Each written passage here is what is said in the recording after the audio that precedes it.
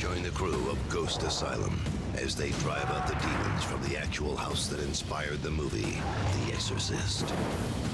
There's a gut feeling telling me to get the hell out. TV's most dangerous night. Well, is it really TV's most dangerous night? Tonight, right before Halloween, a cable channel is promoting a live exorcism on TV. The Catholic Church's involvement with the practice intended to free people of the possession of demons has been involved in popular culture before. We know about the whole series of movies. In fact, they referenced it in the promo for the show.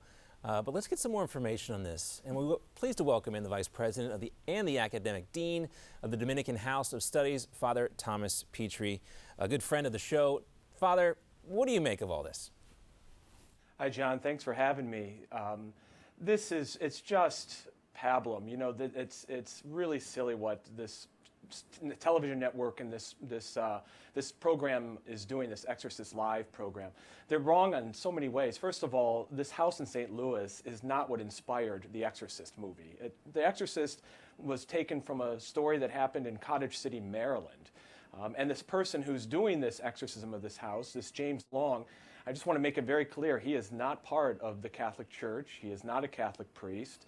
So it really is just for show, it seems to me. You know him from past. He was a Catholic seminary student, but didn't finish and started his own church. You say he also used to be an Elvis impersonator? That's right. He was the national Elvis impersonating champion in the 1990s. And now he doesn't, I wouldn't say he's impersonating a Catholic priest, but he sort of impersonates a Catholic priest. And in fact, he's been invalidly ordained. He tends to use Catholic rituals. He's calling this a minor exorcism, which would be what we would do for a house that some are concerned might have demonic presence or demonic spirits that people are feeling oppressed by.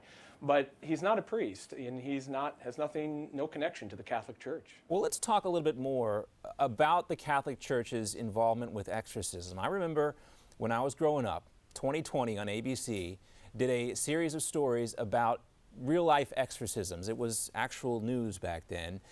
Talk to us about how the Catholic Church goes about these practices.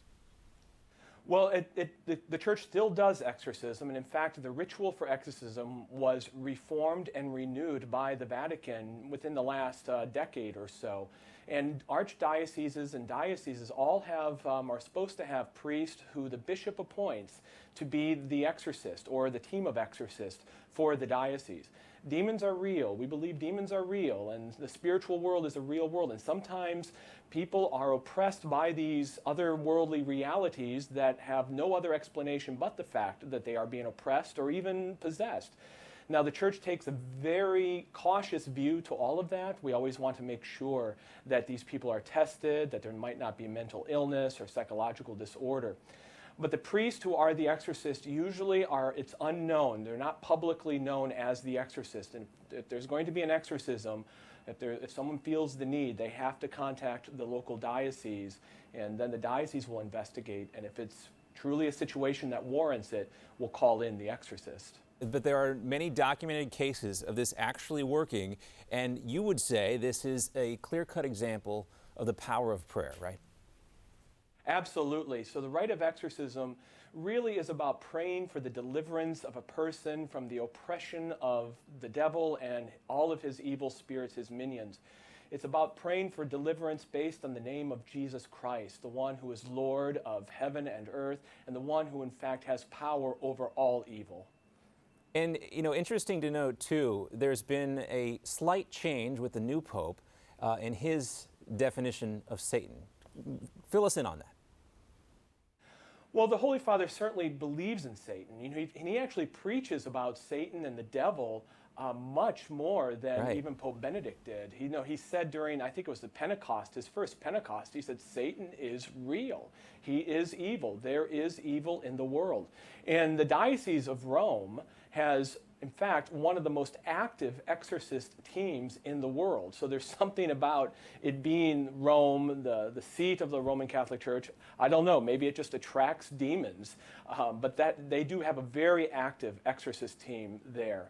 Interesting to note, the Archdiocese of Washington also has an exorcist team, so perhaps there's also a lot of spiritual activity going on in our nation's capital here.